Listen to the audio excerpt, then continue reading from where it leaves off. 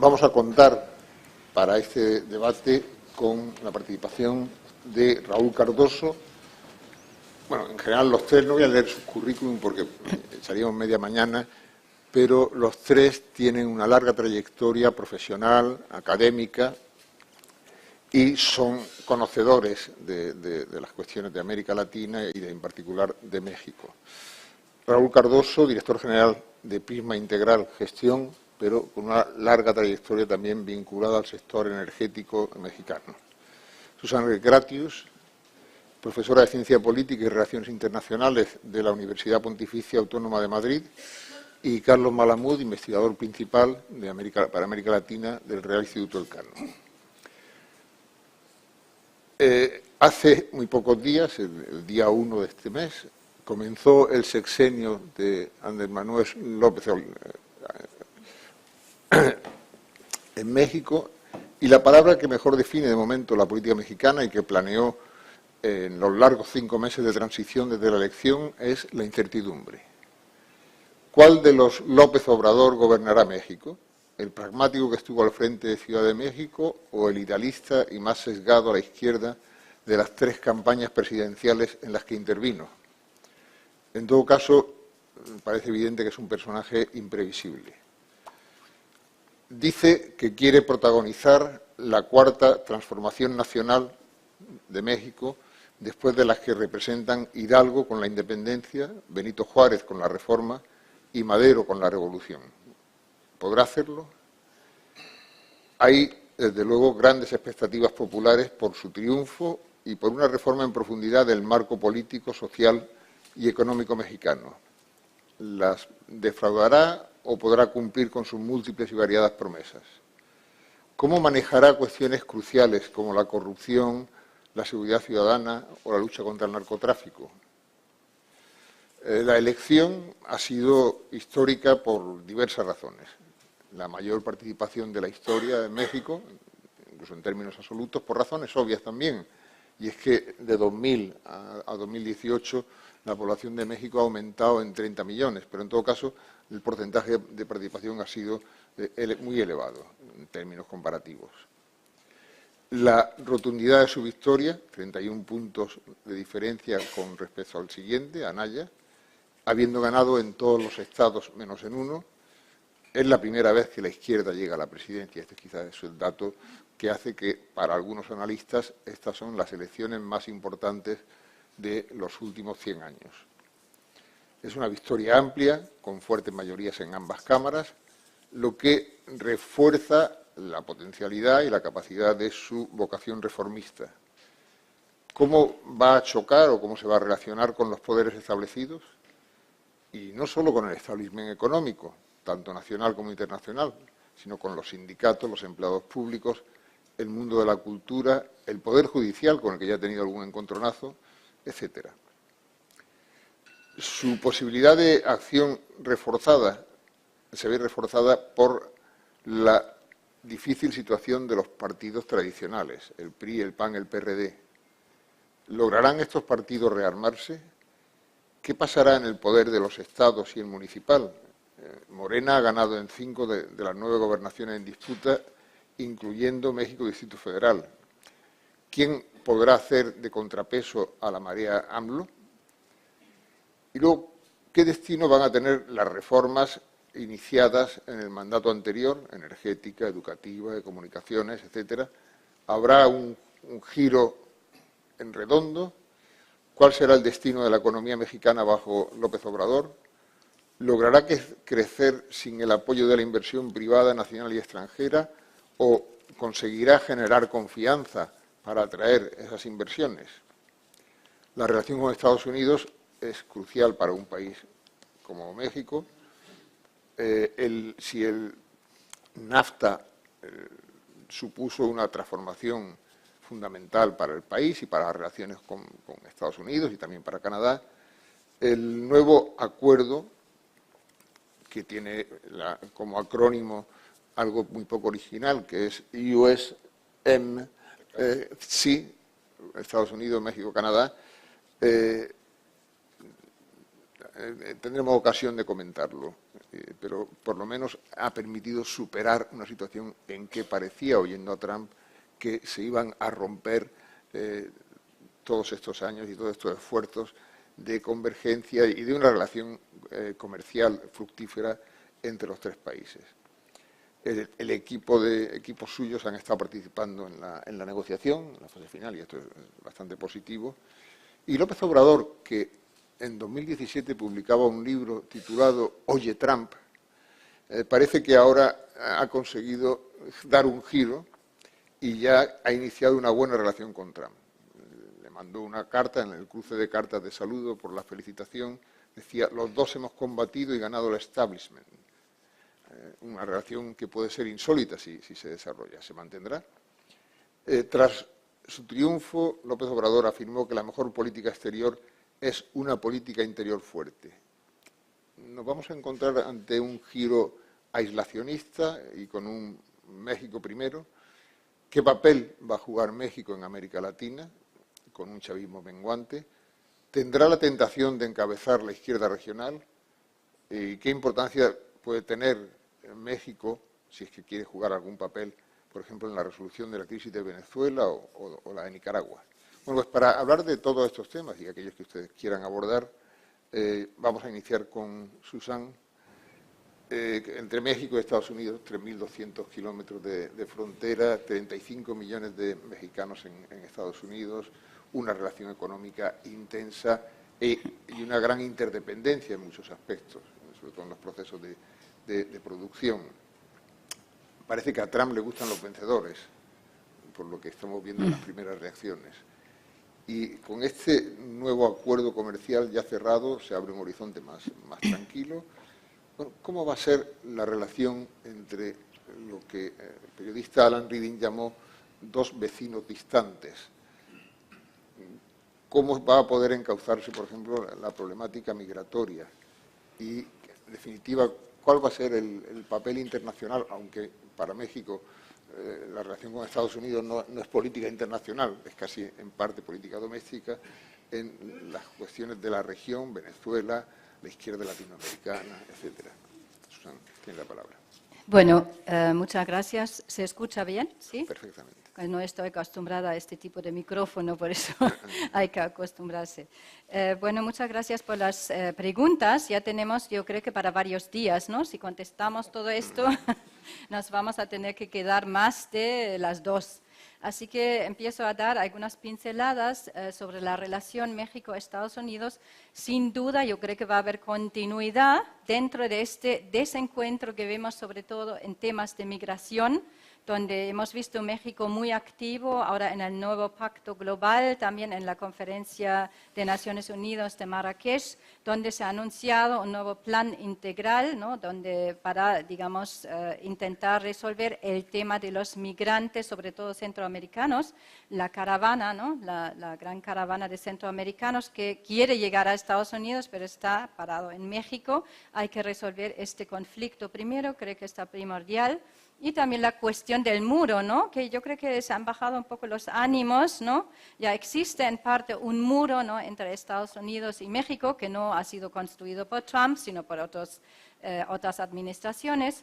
Y bueno, ha anunciado, yo veo un presidente más dialogante, me inclinaría más, eso no tengo la bola de cristal, a decir que es un presidente más pragmático, más dialogante, sobre todo de cara a la política exterior, donde tiene un margen menor de maniobra, porque ahí sí que es un destino tener una relación cordial o cualquier tipo de relación con Estados Unidos, que realmente es el socio estratégico de México, ¿no? No es el socio menor y en ese sentido tiene que hacer siempre concesiones, ¿no? Y en ese sentido vamos a ver qué pasa con el tema de la seguridad, ¿no? El tema energético que afecta también esa relación y sobre todo la migración. Allí veo difícil solución, allí vemos polos opuestos, ¿eh? Este va a ser quizá la gran controversia entre los dos presidentes que quizá tienen en común una especie de discurso populista, ¿no? Allí pueden encontrarse también, ¿no? En este nuevo estilo de gobernar. Ahí lo dejo. Perfecto. Tendremos ocasión de volver sobre estos temas. Raúl, La cuestión energética es una variable de la economía y de todo, y de la política también en México. Es fundamental el papel de Pemex y, sobre todo, a partir de la reforma impulsada por Peña Nieto, la apertura a los mercados, a la inversión internacional, etcétera. Yo no sé si cabría plantearse si debemos dar por fracasada la reforma de Peña Nieto ahora en función de los balances que se pueden hacer, o si por el contrario podemos decir que la decadencia de la producción, que una caída de prácticamente la mitad en 14 años, es algo a lo que venía precisamente a responder la reforma impulsada por Peña Nieto. Ahora López Obrador anuncia que quiere en muy poco tiempo regenerar y aumentar la producción a unos 2,5 millones de barriles. Habría que ver, pero eso se va a hacer con capital propio o se va a atraer capital internacional. Y luego la otra cuestión dentro del proceso de reforma, las 3 subastas energéticas que hubo durante el mandato de Peña Nieto dieron resultados diversos en cuanto a los precios que se pagaron, pero ha impulsado el que, por ejemplo, México ahora pues tenga 70 nuevas centrales eléctricas, de las cuales 67 son de energía limpia. ¿Qué horizonte puede haber en el sector energético en México? Bueno, antes que nada quisiera dar las gracias al Instituto Real Elcano por haberme invitado a participar en este debate. De verdad, siempre es un honor poder estar en un foro como este y además compartir con gente que tiene mucho conocimiento y además está muy familiarizado con todo el tema de América Latina y con México en particular. Rafael, la pregunta que haces yo también me la hago permanentemente. Es un tema realmente que preocupa y preocupa de una manera, digo, seria, ¿no? A mí me parece que estas afirmaciones que ha hecho el presidente López Obrador con respecto a que la reforma es la causante de los males que tiene hoy tanto Pemex como la Comisión Federal de Electricidad, me parece un poco exagerado. Y me parece exagerado y tal vez no está realmente viendo o analizando pues todo lo que viene siendo la historia de estas empresas, ¿no? Yo en particular que he trabajado mucho en Pemex, yo creo que desafortunadamente Pemex llega a esta situación por 2 razones. Una, porque efectivamente en la reforma última que se aprobó, a Pemex se le limitó mucho en términos de su participación. Y yo creo que eso realmente fue el iceberg que ha tumbado a Pemex, o que por lo menos lo tiene en un desequilibrio franco. Pero echarle la culpa realmente a la reforma energética, yo creo que está totalmente, en mi opinión, desviada el planteamiento. En primer lugar, porque el problema de Pemex es un problema de que ha habido muchísimos años en donde realmente Pemex no ha tenido la capacidad financiera para poder realmente invertir en proyectos relacionados con su sector, o sea, con su negocio directamente. Pemex durante muchos años ha sido la caja chica y la tesorería de muchos de los gobiernos que han pasado, del PRI, del PAN y de todos. Realmente todo lo que generaba Pemex, por cuestiones de comercio exterior o por temas de venta interna, pues todo ha sido realmente recolectado por el gobierno federal. Con lo cual, Pemex pues se ha visto en una situación muy compleja porque ha tenido que funcionar con presupuestos muy limitados, con presupuestos muy ajustados y además con una clara indicación de que el acceso a los mercados de capital pues era un problema no nada más para Pemex, sino para el gobierno federal, porque era parte de la deuda. Entonces, hoy por hoy, como tú dices, la reforma lo que ha traído es la representación de muchas compañías y la presencia de muchas compañías privadas que han apostado por México, en primer lugar por la riqueza petrolera y energética que hay en el país. Y eso yo creo que es una es un elemento, digamos, en donde nosotros como mexicanos nos sentimos muy halagados. En segundo lugar, han ido también apostando por el hecho de que había un marco o hay un marco legal muy establecido, muy transparente, en donde pues el gobierno mexicano se comprometió realmente a cumplirlo. Y son estos convenios que se han firmado, que pues efectivamente en estas rondas que se han dado, han variado el porcentaje, digamos, que se ha cobrado en cada una de ellas, en la medida y en función de cada uno de los campos y en la medida que el gobierno ha ido aprendiendo.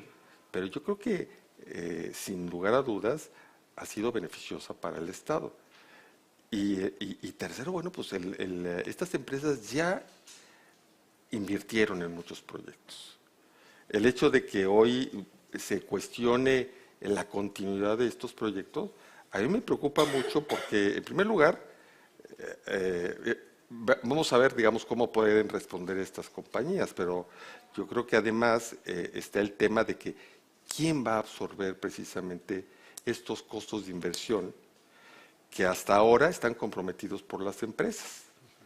Y si hay tanta necesidad de incrementar la producción, pues la verdad es que hay que dejar que estos proyectos maduren, y maduren lo suficiente.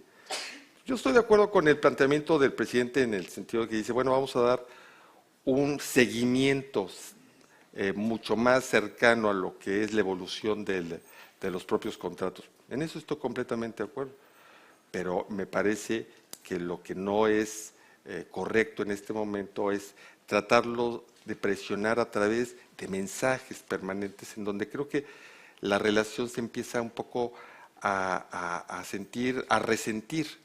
Y bueno, ya de hecho los mercados y las calificadores empiezan a reaccionar un poco con cuidado, no digo negativamente todavía, porque no hemos llegado a eso, apenas llevamos 11 días de gobierno, pero sí con mucha preocupación. Entonces, yo esperaría que las cosas se atemperen, que las autoridades empiecen un poco a tomar el pulso de los problemas y que empiece a haber un diálogo mucho más racional en términos del manejo tanto de la reforma, los nuevos participantes y Pemex, porque yo creo que lo que sí está muy bien es que en este fin de semana el presidente anunció pues un gran proyecto, un gran programa de inversión para Pemex, que me parece ideal, o sea, qué bueno que se van a dar todos esos dineros para Pemex. Ahora, yo no sé de dónde van a salir todos estos dineros, que ese va a ser el otro tema, ¿no? Porque pues, querer construir una refinería de estas dimensiones en un tiempo relativamente limitado, pues hoy precisamente la industria no lo ve. Ojalá y tenga razón el presidente y las gentes que lo están aconsejando en que es un proyecto que va a resolver muchos de los problemas. Muchas gracias, Raúl. Gracias. Carlos, la victoria de López Obrador ha sido demoledora y ha sido realmente un shock, hasta el punto de que se dio una circunstancia que nunca, según dice Héctor Aguilar Camín, nunca se había producido, nunca nadie lo había hecho, que es que los derrotados la misma noche salieron a felicitarle. Cuando lo habitual era que los derrotados decían, bueno, vamos a esperar al recuento, vamos a esperar a finalizar el recuento. Solamente cuando Fox ganó, no su oponente, sino el presidente saliente, Zedillo, dijo que había ganado Fox.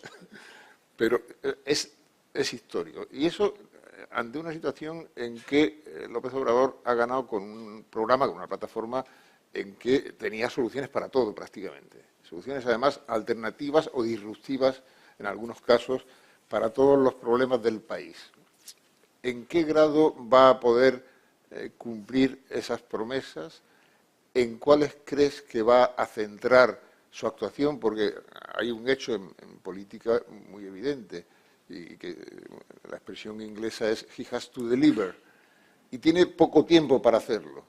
En los próximos meses tiene que empezar a consolidar ese apoyo social, demostrando que realmente algunas de las cosas, no todas evidentemente, de las que había prometido, las pone en marcha y además que producen resultados. Por ejemplo, el tema de la seguridad, que es un tema muy espinoso por la dimensión de participación o no de las Fuerzas Armadas, etcétera, etcétera. ¿En cuáles crees que va a poner el acento? Si la pregunta que le hacías a Raúl era la pregunta del millón, esta es la del billón. López Obrador gana evidentemente de una manera apabullante, con una gran legitimidad de origen. La duda es si esa legitimidad de origen la va a poder traducir en legitimidad de ejercicio. Y eso es de lo que se trata. Él comienza su intervención el pasado sábado en el Congreso, en San Lázaro, diciendo que él no está ahí para encabezar un cambio de gobierno, sino para encabezar un cambio de régimen. Y ese es su objetivo, es decir, eso es lo que plantea. Venimos aquí no a cambiar algo, sino a cambiarlo todo. Y a cambiarlo todo en poco tiempo. De manera tal que los 6 años, el sexenio de gobierno, equivalgan a 12 años, por lo menos. La duda es si va a poder iniciar esa gran cuarta transformación después de la independencia, la reforma, la revolución y ahora un gran cambio moral centrado en la lucha contra la corrupción y el neoliberalismo. En su discurso hay una especie de parteaguas. Hasta el 82 las cosas iban más o menos bien, a partir del 82 llega el neoliberalismo, cambia todo y sobre todo arruina y conduce a la ruina del país. Claro, cambio de régimen. Quien estaba a su lado en el Congreso presidiendo las sesiones era don Porfirio Muñoz Ledo. Ya no un dinosaurio, una reliquia del Pleistoceno. Viejo priista, fundador del PRD y ahora acompañando a López Obrador en su enésima aventura. Luego de su discurso en San Lázaro fue al Zócalo, donde dio otro discurso ante las masas y donde situó en la plaza pública el lugar desde donde iba a movilizar a la gente. Y recordó una vieja máxima peronista de la relación directa entre el líder y las masas. Y ese va a ser un poco el centro de su acción. Vamos a prescindir de la representación, vamos a prescindir de alguna manera de las instituciones, vamos a centrarnos en ese contacto directo entre el líder y las masas, y lo dijo claramente en ese discurso. Hay muchos revolucionarios de buena fe que perdieron todo su impulso cuando se aislaron del pueblo. Por favor, no me dejen, le pedía a la gente que abarrotaba el Zócalo. Y en ese discurso hizo una larga lista de 100 puntos. Preguntaba Raúl, ¿de dónde va a salir el dinero para financiar la inversión en Pemex? La mayor parte de estos 100 puntos implicaban gastos. Eran promesas más gastos. Y es verdad, López Obrador ha generado una gran expectativa en la población. Sus discursos, los dos, sobre todo el del Zócalo, ha sido recibido con un gran entusiasmo popular. ¿Hasta dónde va a poder mantener ese apoyo popular? ¿Va a poder cumplir con sus promesas? ¿Cuáles? En el discurso prometía, por supuesto, poner en primer lugar a las poblaciones indígenas, financiar con becas a los estudiantes de primaria, secundaria y universidad, dar subsidios a los discapacitados, no solamente a los mayores, sino también a los jóvenes y a los niños. Y podríamos seguir con una relación impresionante. Pero todo eso implica gastos. Y el problema es, en una situación en la cual todavía el presupuesto no se ha aprobado, ¿cómo lo va a realizar? Y yo creo que ahí radica precisamente una de sus constricciones. ¿Qué va a poder hacer? Yo creo que una de las líneas maestras donde va a intentar centrar su actuación, que le va a permitir o le podría permitir tener réditos a más corto plazo, es la lucha por la seguridad. El combate contra la delincuencia, aunque tampoco es algo sencillo, dado el nivel del narcotráfico y la potencia del narcotráfico. Su promesa de construir una Guardia Nacional es complicada, implica límites en el funcionamiento institucional del país importante. Habrá que ver hasta dónde tanto el Poder Legislativo como el Poder Judicial se lo permiten. El Poder Legislativo está en sus manos, aunque ya ha habido algunas iniciativas de los parlamentarios de la oposición, tanto en lo referente al fuero presidencial que él quiere eliminar, como al gasto público, sobre todo no al gasto público, sino a las retribuciones de los empleados públicos, que tuvo una iniciativa en el Senado y también un fallo de la Corte, pero la Corte a comienzos del año próximo va a ser radicalmente reformada. Entonces, la situación yo creo que es de una gran incertidumbre, no sabemos, y lo decías bien, Rafael, en tu presentación, con qué López Obrador nos vamos a encontrar. ¿Va a cumplir López Obrador todo lo que dice? De momento sabemos que dice todo lo que escribe. Es decir, prácticamente todo lo que dijo en sus dos discursos están en su libro del 17.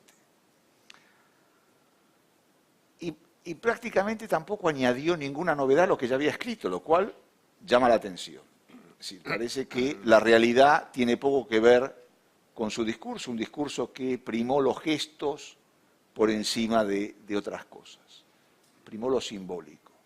Y eso de momento la gente lo recibe con beneplácito. Pero, ¿con cuál López Obrador nos encontraremos? Un día el pragmático, otro día el idealista, otro día es un hombre imprevisible. Y encima tiene al lado a Trump, y de momento Trump y él van de la mano. Pero no olvidemos que en el año 20 Trump se juega la reelección. Y a medida que las elecciones se acerquen, no sería de extrañar que algún tuit o alguna campaña de tuit, recordando otra vez a los violadores mexicanos, salgan de esa boquita tan modosita del presidente de Estados Unidos. ¿Tú querías comentar? Sí, bueno, un poco en desacuerdo para que se arme un debate, ¿no? Con Carlos, yo diría que, bueno, primero la seguridad, claro que es una prioridad en teoría, pero yo creo que ha empezado, ¿no?, con el tema de la corrupción, que quizá es más fácil y más donde puedes hacer una política más de gestos, ¿no? Por ejemplo, vi una entrevista del presidente, no directamente en el avión donde viajó en clase turista, ¿no? Esta política de gestos que hemos visto también en el gobierno, si se acuerdan, de Lula al inicio, cuando todo su equipo visitó una favela, ¿no? Es esta política con la que empieza, y yo creo que lo más difícil que tiene es justo ese tema de la seguridad, ¿no? Hemos visto un récord de homicidios, ¿no?, este año pasado, y vamos a camino de superar ese récord, ¿no? También hay que tener en cuenta esta crisis de derechos humanos, ¿no?, que tiene México, ¿no?, con creo que 30.000 desaparecidos, como en los desaparecidos de Argentina, ¿no? Así que datos escalofriantes que suponen un enorme desafío para el nuevo presidente y donde yo creo que su margen de maniobra es mucho menor, ¿no? Porque para crear esta Guardia Nacional que quiere crear, porque está la ley de seguridad interna que fue muy controvertido, donde también el presidente en 2016 votó en contra, ¿no? Y desmantelar eso le va a costar, porque para crear esa Guardia Nacional necesita, tengo entendido, usted me corregirá, una reforma de la Constitución con la cual necesita 2 tercios, y esos 2 tercios de momento no lo tiene. Tiene una mayoría, pero no llega a esto, ¿no? Así que, bueno, eso lo vería el tema más difícil, ¿no? Y quizá la corrupción y también, bueno, si leemos, tenemos otro dato, aparte de los discursos del presidente, que es el programa de Morena, ¿no?, de su movimiento o partido, ¿no? Hay que tener en cuenta que ahí lo comparo quizá un poco, está como un poco entre Evo Morales y Lula, ¿no? Si valen esas comparaciones, ¿no? Porque si nos leemos el programa electoral de Morena, encontramos revocatorios, ¿no? Eso ya lo conocemos, del eje ALBA, ¿no?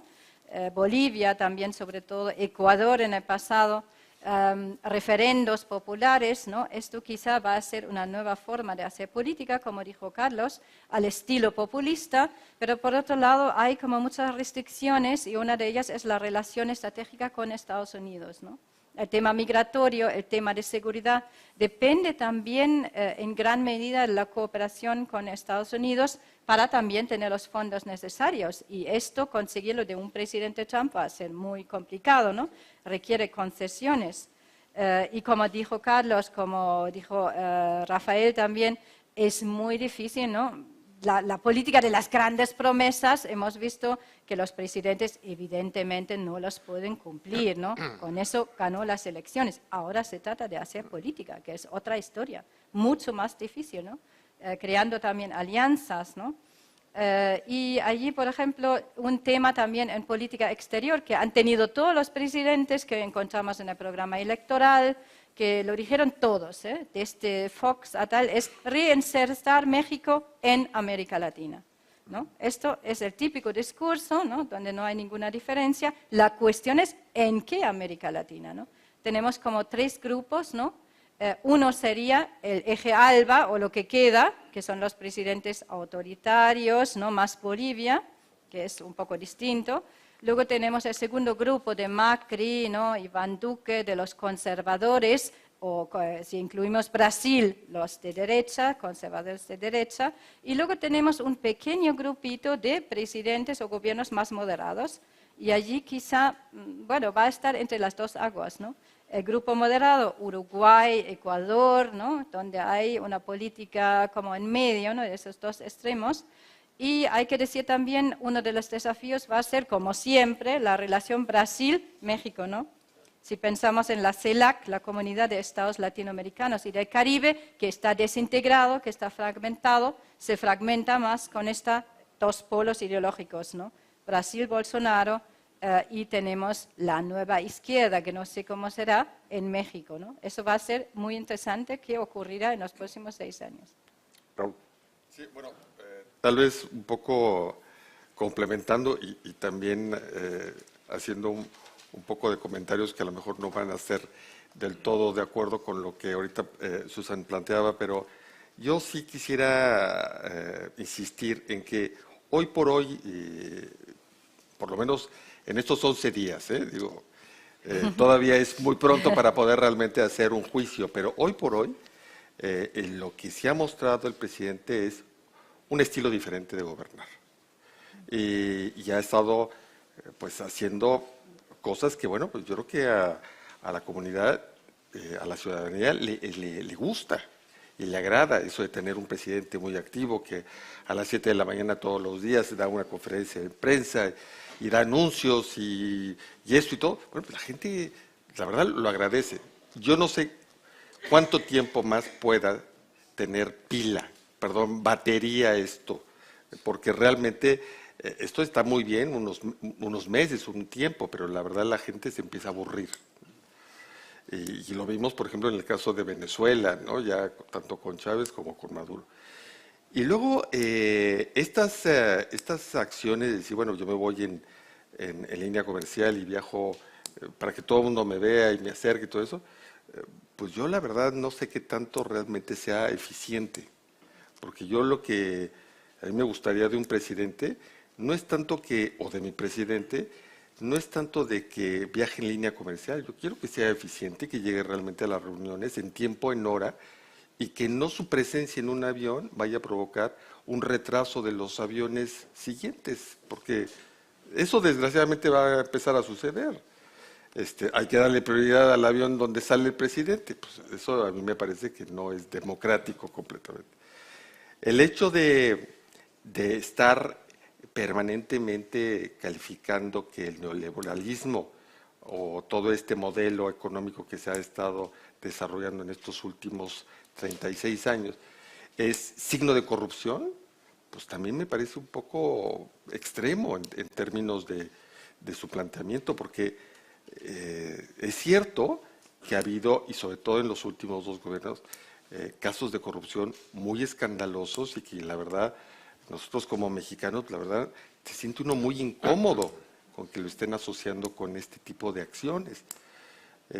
Y yo creo, además, que el tema de la seguridad nacional, el tema de la brecha entre ricos y pobres, pero el tema de corrupción fue tal vez el elemento que dio más impulso a los votos que fueron hacia él. La gente en general está harta de ver tanta corrupción y que la verdad que no se hace nada, ¿no? Es increíble que todo este tema de Odebrecht ha tenido sus repercusiones en muchos lugares, incluso en América Latina, y en México no pasa nada.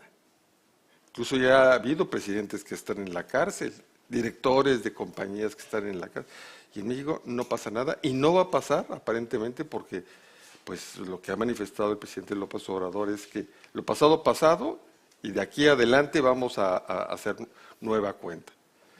Yo creo que eso está muy bien, no es necesario, como él bien decía, no es necesario hacer circo, pero yo creo que lo que sí es importante es hacer justicia. Y yo creo que hay mucha gente que se ha ido pues muy tranquila. El día de la toma en posesión, bien decía Carlos, estaba por un lado Porfirio Muñoz Ledo, que efectivamente es un dinosaurio de la política, que ha estado pasando de partido en partido, dependiendo de cómo va el aire, incluso estuvo como embajador en la época del presidente Fox, totalmente incomprensible, y por el otro lado tenías a Peña Nieto con una cara verdaderamente como si fuera de funeral, ¿no? Entonces yo sí creo que hay que tomar las cosas con tiento. Luego, nada más quisiera añadir el tema de lo de Estados Unidos. Yo creo que, así como lo apuntaba Carlos, el 2020 está prácticamente ya ahí. Y el próximo año, lamentablemente, las cosas se van a empezar a poner muy difíciles en la relación bilateral con México. En primer lugar, porque tenemos lo de Centroamérica, que bueno, ya de ahí es un tema que está pendiente ahorita porque no sé si es por Navidad o porque lo están esperando para que venga más adelante. Pero está el tema de la ratificación del Tratado de Libre Comercio, del nuevo Libre Comercio, con una mayoría de demócratas que con toda seguridad van a pedir más beneficios y más cosas hacia México. ¿Cómo lo va a manejar Trump con México? No lo sé. ¿Cómo lo va a recibir López Obrador? Tú bien decías, Rafael, el grupo de López Obrador participó en las negociaciones y participó muy activamente. Y bueno, ellos se dieron un límite hasta dónde. Ahora que reciban nuevamente peticiones de parte del gobierno norteamericano, va a ser muy complicado.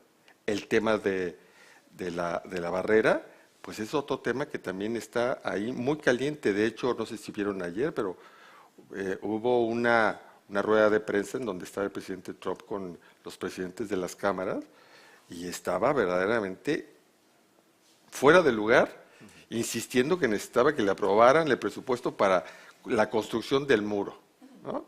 Y gritándoles a los presidentes de las dos cámaras.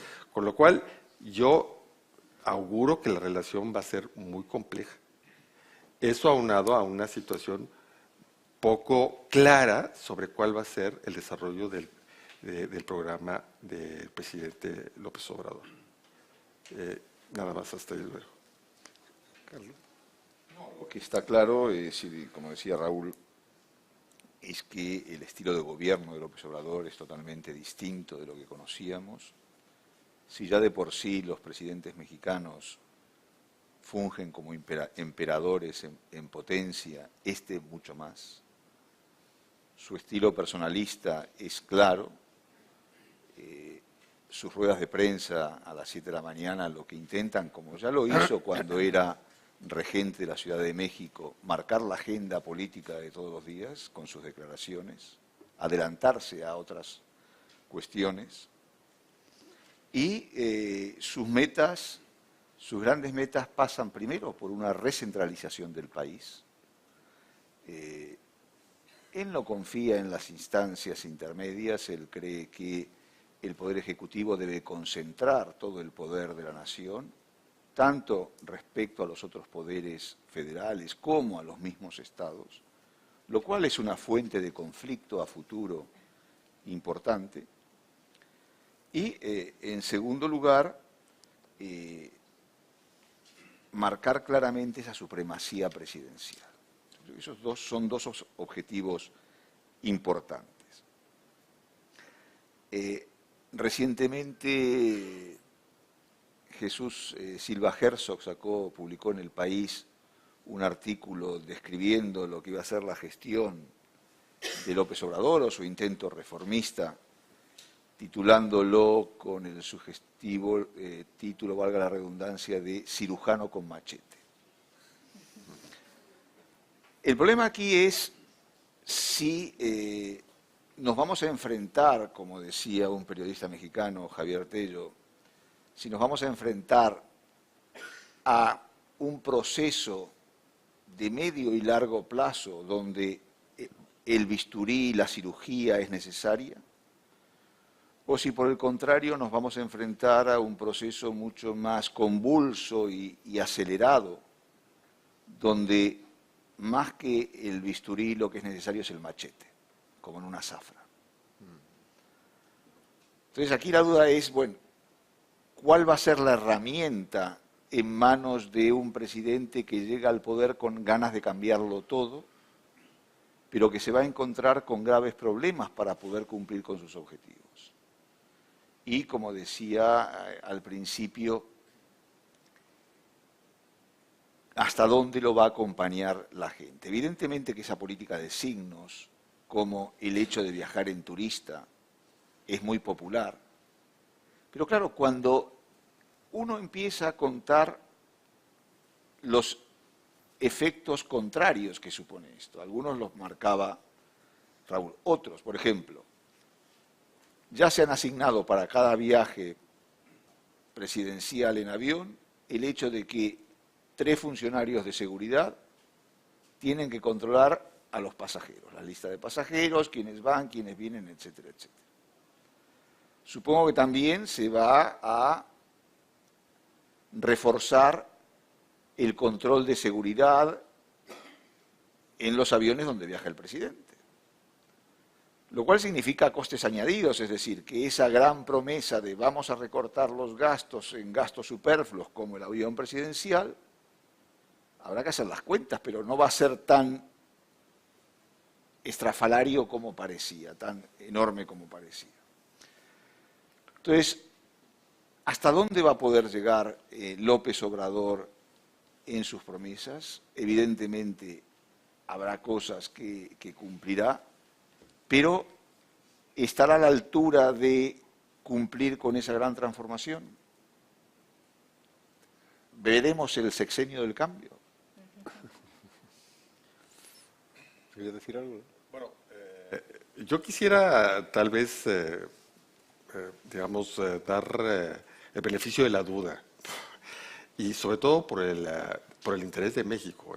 Yo creo que la verdad hemos estado, la ciudadanía esperando cambios desde hace ya mucho tiempo, no es la primera vez, y el hecho es de que Fox paradójicamente llegó también con una mayoría muy abrumadora. La ciudadanía, la verdad, le votó con muchas ganas, pensando que las cosas iban a cambiar, ahora sí iban a cambiar.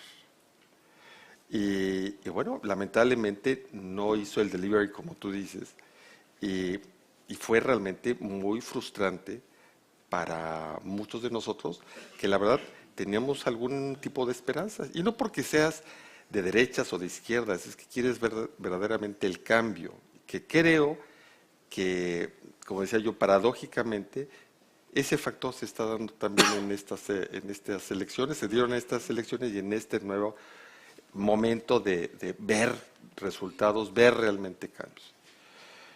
Pero cambios que sean tangibles, porque la verdad las señales son muy buenas.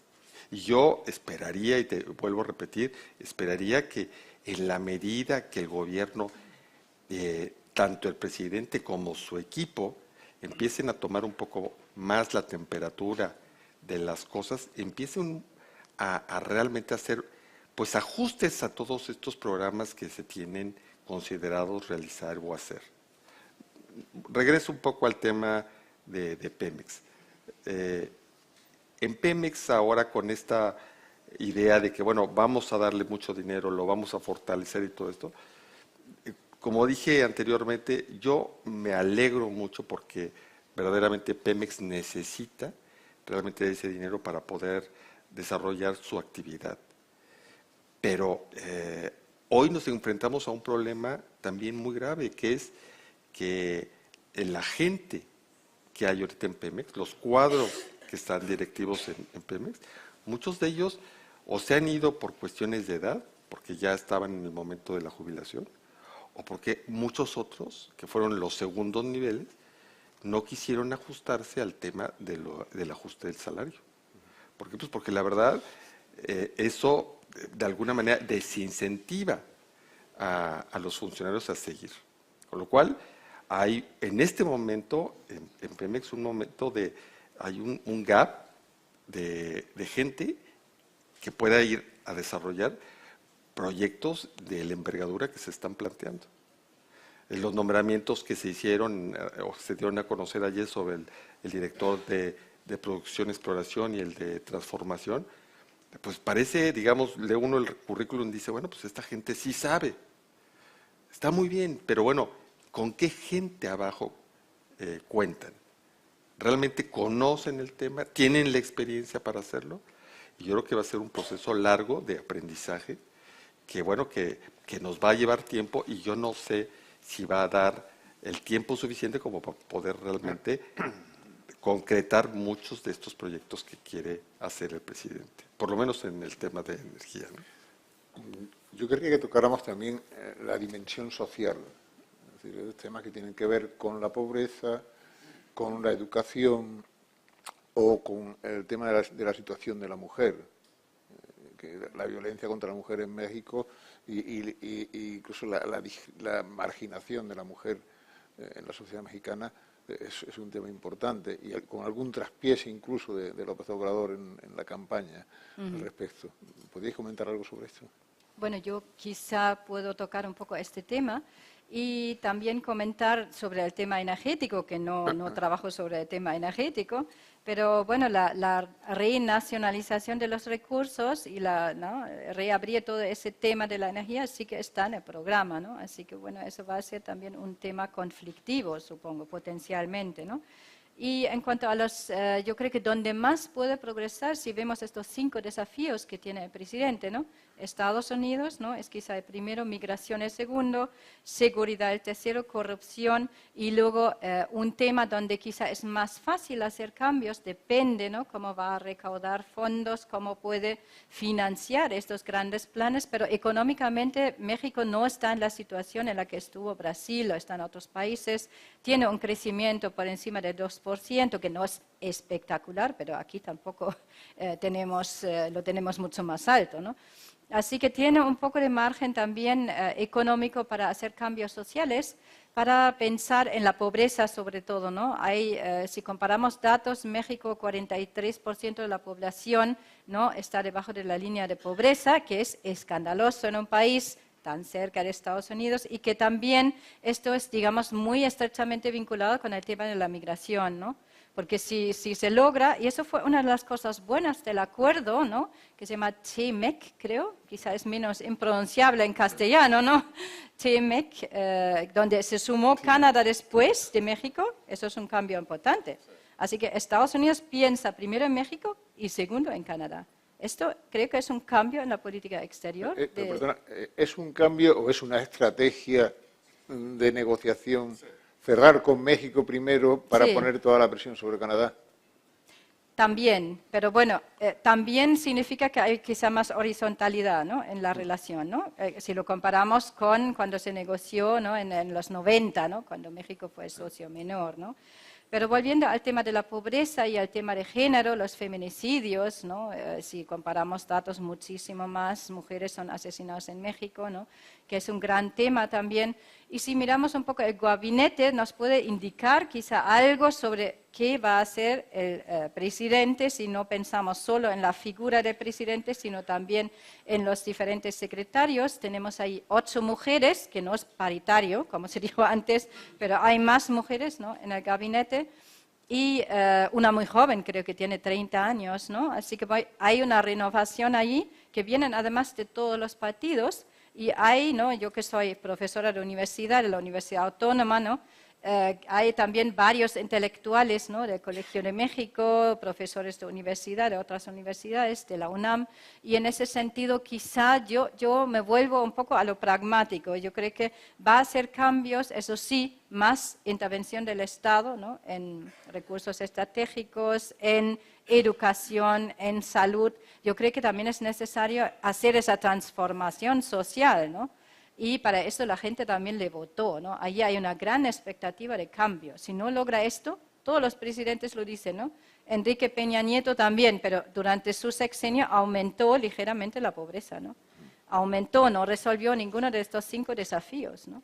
El balance es muy negativo, con lo cual quizá la expectativa, si lo vemos comparado con el sexenio anterior, ¿no? Balance de seguridad pésimo, Estados Unidos, el único éxito que ha tenido quizá, ¿no? Y quizá el sector energético, no sé si es un éxito o no, pero balance muy negativo en pobreza, desigualdad, y había muchas grandes promesas que no se cumplieron, ¿no?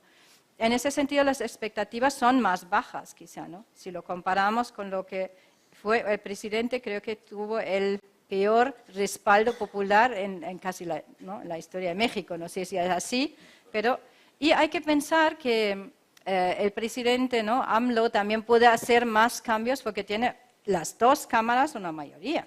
En ese sentido, tiene una situación muy diferente a la que tuvo Fox, ¿no? En su momento, que fue un presidente aislado, un poco lo que tú decías, ¿no? Aislado, que no hace falta hacer tantas alianzas quizá, ¿no? En ese sentido, ¿no? ¿Ya? Es verdad que López Obrador ha nombrado un buen gabinete. El problema, sin embargo, es cuánto dejará hacer a sus ministros secretarios o cuánto pesará su fuerte personalidad. Y de momento lo que vemos en algunas carteras es que nadie toma ninguna decisión hasta que la voz del presidente se manifiesta y se expresa. Y es cierto, como decía Raúl, hablando del beneficio de la duda, que hay algunas iniciativas importantes y valorables, como puede ser, por ejemplo, el recorte del gasto público, como puede ser la reducción del aparato del Estado y del aparato del gobierno, que habían crecido en las últimas administraciones en algunos sectores de forma desmedida, y como puede ser también el ataque a algunos de los males de la partidocracia. Y aquí nos encontramos con un problema central para el futuro de la democracia mexicana más allá de este sexenio próximo, y es qué va a pasar con los partidos tradicionales. Partidos que sufrieron un gran varapalo como consecuencia de la última elección. No diría que están desaparecidos, pero el estado del PRI, del PAN e incluso del PRD es bastante catatónico. Entonces la pregunta es, ¿lograrán recuperarse? En el 2000, después de la victoria de Vicente Fox, mucha gente dio por desaparecido, liquidado para toda la historia al PRI. Sin embargo, el PRI logró recuperarse de las cenizas y con Peña Nieto volvió a ocupar la presidencia. Es verdad que la situación es muy distinta, pero habrá que estar atentos a lo que ocurra. Y también nos enfrentamos con la posible emergencia de nuevos partidos, habrá que seguir este tema con atención. Movimiento Ciudadano es un caso, pero no el único. Respecto a la pregunta sobre las cuestiones sociales que hacías, Rafael, como decía en mi primera intervención, en esos 100 puntos que fue desgranando el presidente en su discurso en el Zócalo, figuraban bastantes cuestiones sociales, o la cuestión social era un poco el centro de su atención. Insistió mucho en continuar con algunos de los programas sociales previamente existentes y que habían dado buenos resultados. También planteó la posibilidad de estimular el estudio de los sectores más desfavorecidos. Y por lo tanto hay una clara apuesta social de su parte que evidentemente tiene que ver con retribuir el apoyo popular a su elección, pero aquí nos enfrentamos otra vez al tema del gasto. Y se planteó en repetidas ocasiones la cuestión de Pemex y la reactivación del papel de Pemex. Recordemos que en épocas pretéritas Pemex tenía un papel central, no solo por su función como principal industria del país, sino también porque era el origen principal del gasto público. Es decir, las regalías generadas por Pemex servían para financiar en buena medida al Estado mexicano. La pregunta es, ¿será este intento de reflotar a Pemex una especie de vuelta atrás? Poniendo el centro en el sector energético y descuidando todos los avances que ha tenido la economía mexicana, diversificándose en estos últimos años. Aquí creo que tenemos una gran incógnita. Yo quería hacer... Sí. Tal vez un poco añadiendo a lo que acabas de decir, Carlos. A mí me llamó mucho la atención la declaración precisamente de ayer de la Secretaria de Energía, cuando le preguntaban precisamente de dónde iba a salir todos estos recursos para poder asignar a Pemex. Y ella respondía de una manera que, bueno, a mí sí me preocupó porque dijo, pues, del incremento de la producción petrolera. Y yo creo que la cosa no va por ahí, precisamente, ¿no? En primer lugar, porque no se va a dar inmediato. Ya se anunció que en los próximos días el presidente iba a visitar algunos campos que iban a empezar a ser reactivados por Pemex, pero los que hemos estado en esta industria sabemos que esto no es una varita mágica. Y la verdad, Pemex nuevamente ha estado muy rezagado en términos de dinero, en términos de tecnología, en términos de los accesos a los mercados de capital.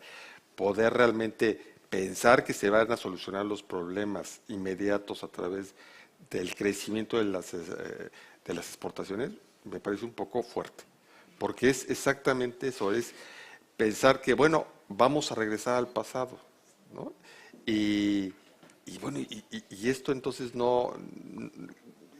los que vivimos esta película, como que decimos, bueno, no puede ser que regresemos a la misma pesadilla, ¿no? Y a mí sí realmente me preocupa. Ahora, vuelvo a repetir, yo creo que las empresas que apostaron por México, que son 73, o sea, son empresas que son de todos, de toda la naturaleza, o sea, hay mucha mexicana que han apostado realmente y han metido dinero ellos, hay extranjeras, y de verdad, con independencia de que te puedas ir a un juicio, ¿no? O que, como decía ayer la secretaria, hay cláusulas en donde te puedes salir de los contratos, con independencia de eso, alguien tendrá que asumir esas inversiones y esos gastos. Y el gobierno tendrá que ser muy, muy consciente de esta problemática. Las estimaciones que habían hecho las compañías era que iban a crecer precisamente la producción en el año en el 24 aproximadamente a 2.400.000. Y ahorita estamos en 1.750.000. Y no nada más es eso. Las importaciones de productos petrolíferos han crecido de una manera extraordinaria, como nunca. Y el gas. Y bueno, esto tiene un costo porque todos estos materiales son a precios internacionales. Entonces, la verdad, es muy difícil poder resolver este tema de la importación con un plumazo o con una decisión de que vamos a hacer una refinería o vamos a dar dinero para un mantenimiento. Va a tomar tiempo y yo creo que en esto, vuelvo a repetir, creo que el gobierno, todo lo que es el gabinete, tendrá que ir, digamos, acomodándose a tomar mucho más el pulso de lo que es el día a día, ¿no? De la actividad. Y es cierto, hay currículos fantásticos en todos los miembros del gabinete, pero todos sabemos que estas acciones no se hacen nada más con títulos, sino que hay que tener realmente tomas de decisión y hay que saber de estas cosas, ¿no? Y ya lo último, nada más para acabar, el tono, digamos, como hasta ahora ha conducido el presidente López Obrador la toma de decisiones, pues sí da un poco, digamos, la impresión de que él va a ser el que va a tomar las decisiones, todas y cuales sean, estratégicas o no estratégicas. Entonces, y vean nada más la reacción de su equipo. Su equipo está calladito, ¿no? Nada, esperando a ver que el jefe lo diga. Y bueno, pues vamos a ver hasta dónde aguanta esto, ¿no? Susana. Bueno, yo no creo que vaya a adoptar el modelo venezolano, ¿no? En el sentido de nuevas dependencias, y creo que no, pero bueno, está en el programa, ¿no? La nacionalización de los recursos estratégicos, ¿no? Y volver un poco en ese sentido al pasado, sí que lo veo, que está en la agenda, y creo que esto es un poco la idea que tiene el presidente de recaudar fondos, como dijo Carlos, eso sí que lo veo. Pero quería un poco entrar, porque ya no se puede hablar de América Latina sin hablar de China, y no hemos hablado de China.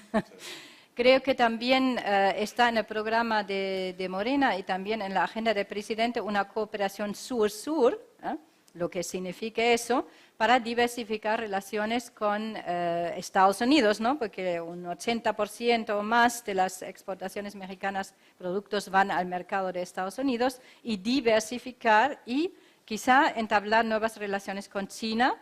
Estuvo en la toma de posesión el presidente chino, me llamó la atención, no estuvo el presidente Trump.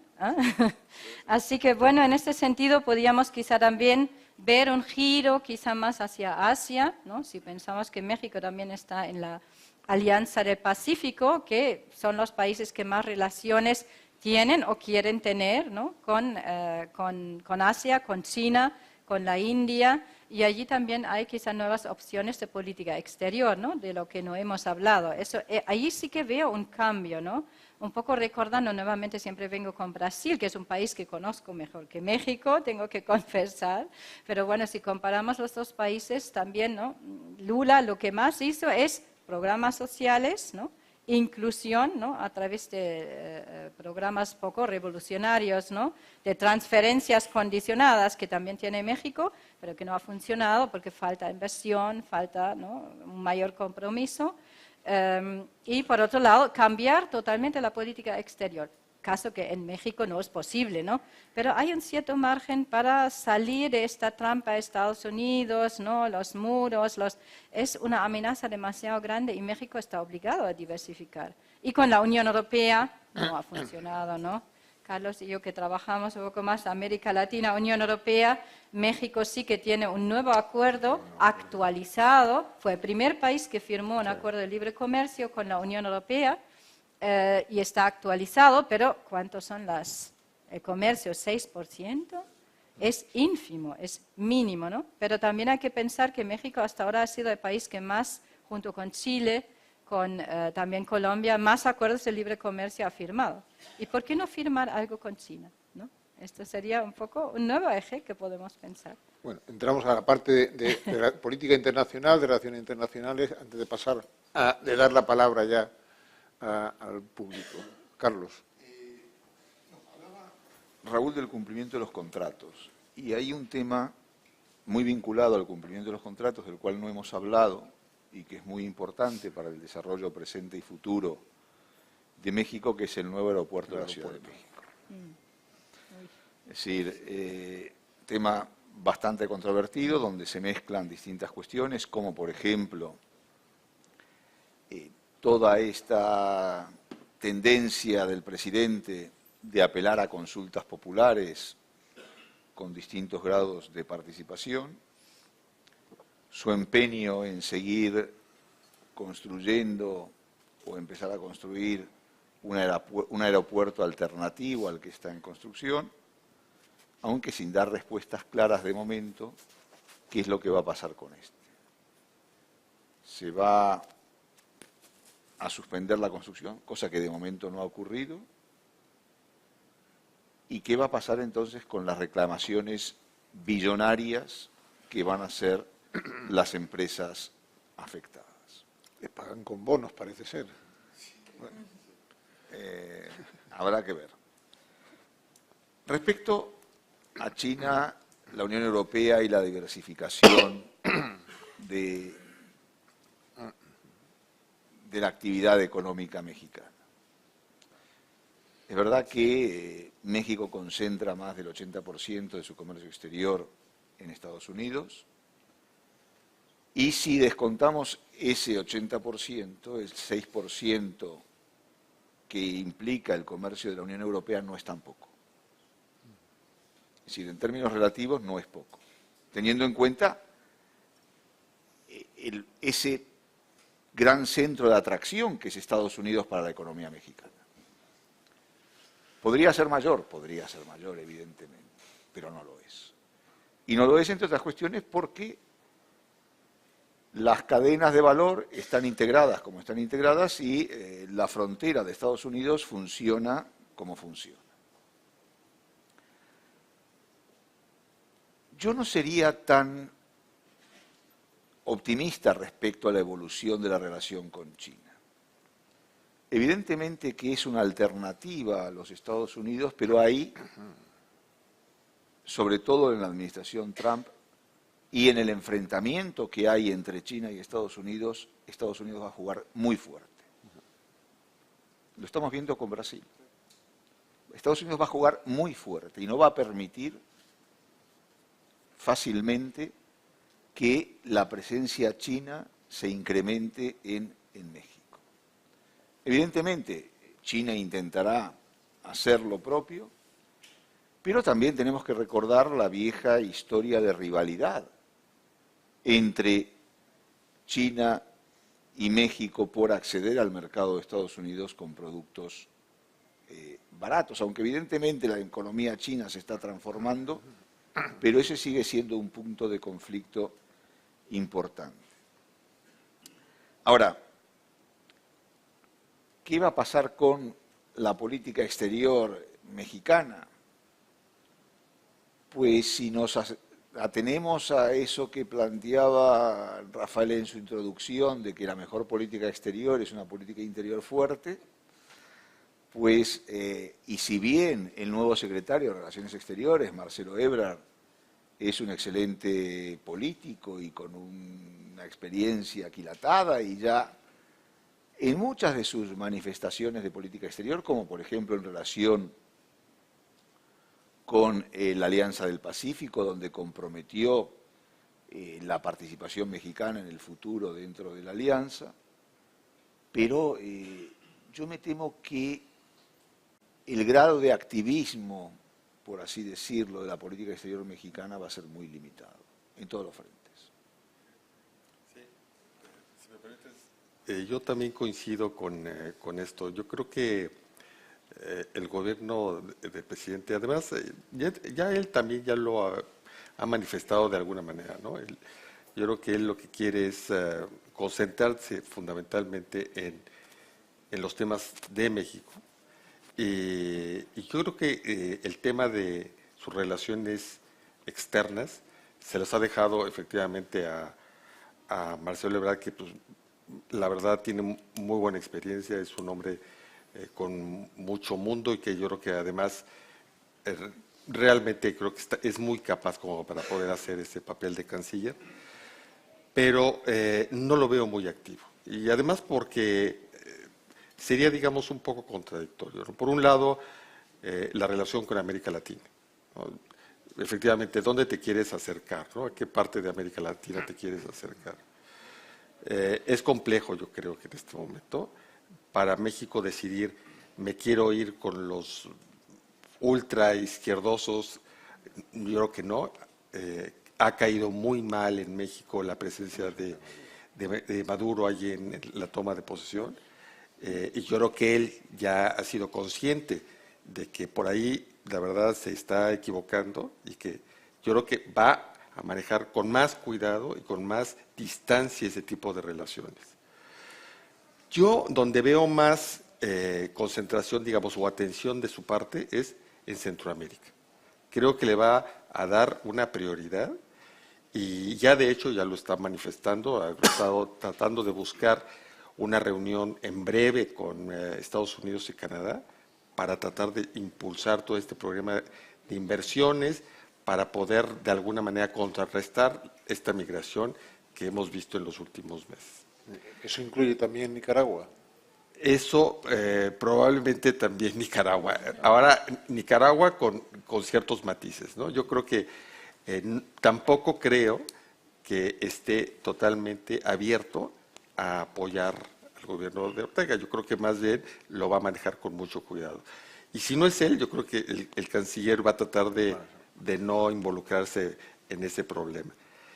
Y el tema de China es curioso porque ustedes conocen muy bien América Latina y si bien es cierto, China ha sido muy activo en toda América Latina, en México, tal vez por este conflicto de querer tomar parte del mercado de Estados Unidos y México estaba ahí peleándose, China la verdad no está tan presente en México como está en otros países, como está en Venezuela, como está en Argentina, como en Brasil, en fin, en muchos lugares. Y yo creo que es bueno tratar de fortalecer una relación con ellos y buscando, digamos, un poco de balance, pero tampoco me imagino que vaya a ser totalmente abierto y queriendo, digamos, realmente filtrar con ellos. Yo creo que la política exterior de este gobierno va a ser volver a esta doctrina Estrada, en donde realmente mejor cada quien tranquilo, ¿no?